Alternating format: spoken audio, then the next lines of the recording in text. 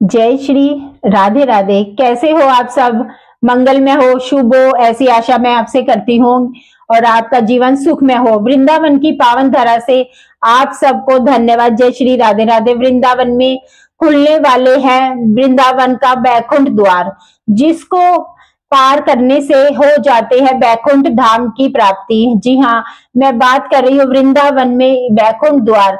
आप लोगों को पता है श्री धाम वृंदावन में एक बैकुंठ दरवाजा भी है, जो साल में सिर्फ एक बार ही खुलता है, जिसको पार करने से आपका पुनरअपि जन्म पुनरअपि मरणम खत्म हो जाता है। बार बार जन्म लेने और मरने की जो प्रतिक्रिया है उस पर विश्राम हो जाता है और मरने के उपरांत आपको सीधा भगवान के श्री धाम बैकुंठ धाम की प्राप्ति हो जाती है। ये दरवाजा साल में एक बार खुलता है। ये दरवाजा बहुत सुबह सुबह खुलता है। इस दरवाजे को पार करने से पहले आपको 7 दरवाजे और पार करने पड़ेंगे।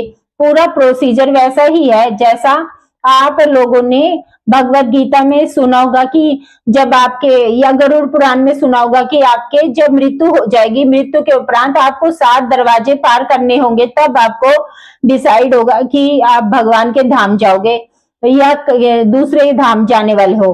तो ठीक इसी प्रकार से श्री धाम वृंदावन में एक बैकुंठ द्वार है। श्री धाम वृंदावन में ही नहीं स्थित, अपितु तिरुपति बालाजी में भी एक बैकुंठ द्वार स्थित है। उसकी भी मान्यता यही है कि उसको पार करने से आपको बैकुंठ धाम की प्राप्ति हो जाती है। यह देखो आने वाली है मोक्षदा एकादशी। मोक्षदा एकादशी को गीता जयंती के नाम से संबोधित किया जाती है। मोक्षदा एकादशी के दिन बैकुंठ एकादशी के नाम से भी संबोधित किया जाता है।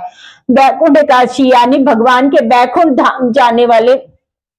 इस एकादशी का व्रत रखने मात्र से व्यक्ति को किसी इस एकादशी पर किसी के प्राण पखेर उड़ते हैं। अर्थात इस वाली एकादशी पर अगर कोई इंसान अपना शरीर छोड़ देता है तो वो डायरेक्ट भगवान के धाम को जाता है। इस एकादशी पर श्री धाम वृंदावन में स्थित बैकुंठ दरवाजे के भी द्वार खुल जाते हैं। पूरा प्रोसीजर बताने वाली हूँ, कैसे आपको आना है, कैसे आपको उस बैकुंठ दरवाजे तक पहुंचना है, कैसे वो बैकुंठ दरवाजा पार करना है, इसके बारे में सभी जानकारी इस वीडियो के मिलने वाली है। तो प्लीज इस वीडियो को पूरा देखें और उत्साह बढ़ाने के लिए मेरे यूट्यूब चैनल को सब्सक्राइब जरूर करें। नीचे कमेंट्स में राधे राधे जरूर लिखें, ताकि मैं आप लोगों के लिए इतनी मोटिवेटेड वीडियो लाती रहूंगी।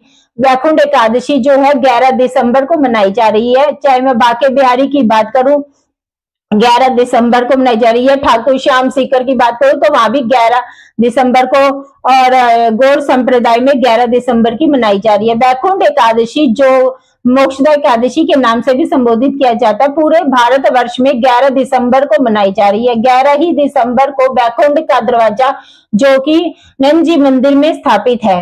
ये जो वृंदावन में नंजी मंदिर है, ये वही मंदिर है जिसको सोने के खंबे वाला मंदिर भी बोला जाता है।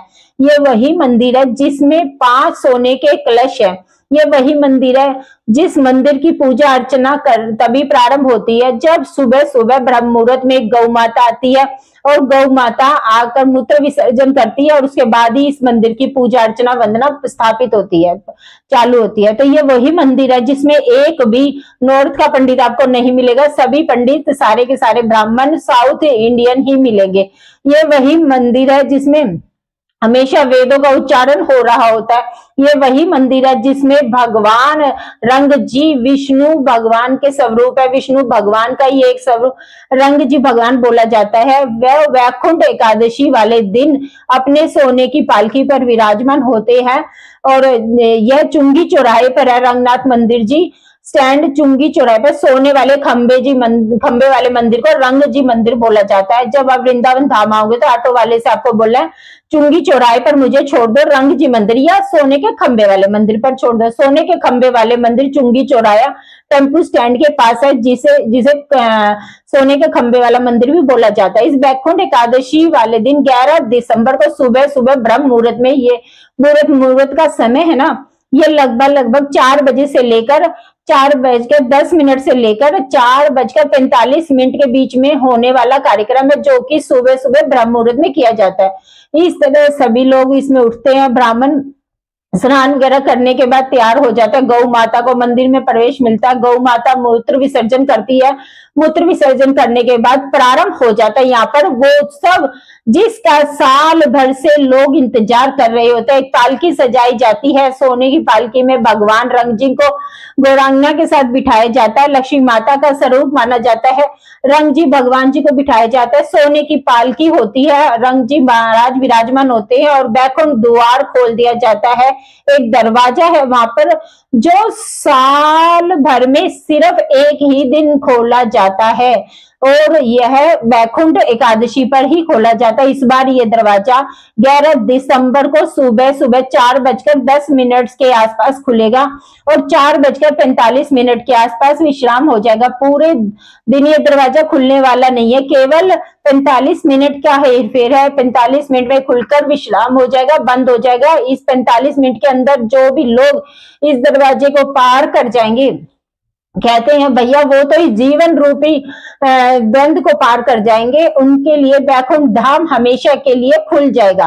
और आपको 11 दिसंबर को श्रीधाम वृंदावन में जाना है, सुबह सुबह 4 बजे के आसपास ही रंग जी मंदिर के आसपास पहुंच जाना है और ये इंतजार करना है कि रंग जी की पालकी जब आएगी, पहले एक दरवाजा खुलता है, रंग जी पालकी उससे पार होती है, हजारों लाखों की संख्या में उनके पीछे भक्त होते हैं, फिर दूसरा दरवाजा खोला जाता है, फिर रंग जी की पालकी दूसरे दरवाजे से पार होते हैं, हजारों लाखों की संख्या में रंग जी की पालकी के पीछे हजारों भक्त चलते हैं। रंग जी की पालकी अर्थात भगवान वैकुंठ धाम उस समय जा रहे होते हैं अपने दरवाजे पर और भगवान के पीछे जो भी चल रहा होता है उन सभी को बैकुंठ धाम की प्राप्ति होती है। जैसे भगवान राम ने जब ये धरती लोक पे अपना कार्य समाप्त किया था और जा रहे थे, तो भगवान राम के जितने भी अनुयायी थे, जितने भी भक्त थे, सब अपने साथ लेकर चले गए थे। ठीक इसी प्रकार से कलयुग में भी साल में एक दिन ऐसा आता है, बैकुंठ एकादशी का दिन, जिस दिन बैकुंठ द्वार खोला जाता है और भगवान जाते हैं और फिर बहुत भक्त उनके पीछे जाते हैं और वो भी बैकुंठ लोक को पहुंच जाते हैं।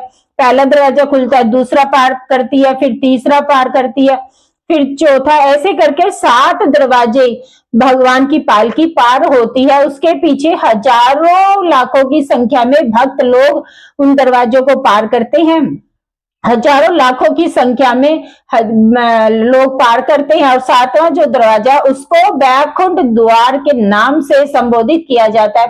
ये दरवाजा पूरे दिन नहीं खोला जाता, केवल 45 मिनट का समय होता है जिसमें आप अपने जीवन रूपी जो चक्र है वो निर्धारित कर सकते हैं। तो 11 दिसंबर को याद रखिए, जिस दिन मोक्षदा एकादशी है उस दिन आपको रंग जी मंदिर में सुबह 4 बजे पहुंचना है। कोशिश करना है कि रंग जी की पालकी जा रही होती है तो उस पालकी के साथ ही आपको 7 दरवाजों को पार करके बैकुंठ जो द्वार है उसको भी पार करना है। तो आशा करती हूँ कि आप 11 तारीख को वृंदावन धाम में जाओगे। पुनरअपि जन्म पुनरअपि मरणम के अर्थात बार बार दुनिया में आने और जाने की जो प्रक्रिया है उसको विश्राम दे दोगे। अगर आप वृंदावन धाम नहीं आ सकते और तिरुपति बालाजी के आसपास रहते हैं तो तिरुपति बालाजी के मंदिर में भी यही पद्धति लागू होती है। आप तिरुपति बालाजी के मंदिर में भी जाकर बैकुंठ दरबार से पार हो सकते हैं। और अगर आपको कोई और इस बारे में जानकारी चाहिए तो आप कमेंट बॉक्स में लिखकर जरूर पूछ सकते हैं। और अगर आपको इस मामले में कोई जानकारी है तो भी आप कमेंट बॉक्स में लिखकर बता सकते हैं, क्योंकि ज्ञान बांटने से बढ़ता है। तो इसीलिए आप वृंदावन धाम जरूर पहुंचिए। और अगर आपको मेरी जानकारी अच्छी लगी हो तो ज्यादा से ज्यादा प्लीज शेयर कीजिए, इससे सनातन धर्म बढ़ेगा। और अगर आप मेरे चैनल पर नए हैं तो प्लीज सब्सक्राइब करना मत भूलिए, बेल आइकन को जरूर दबाइए ताकि हर नोटिफिकेशन आपको मिल सके। और कमेंट बॉक्स में राधे राधे जरूर लिखेगा ताकि मेरी उत्साह बढ़े और मैं आपको ज्यादा से ज्यादा हर जानकारी दे सकूं। धन्यवाद। जय श्री राधे राधे।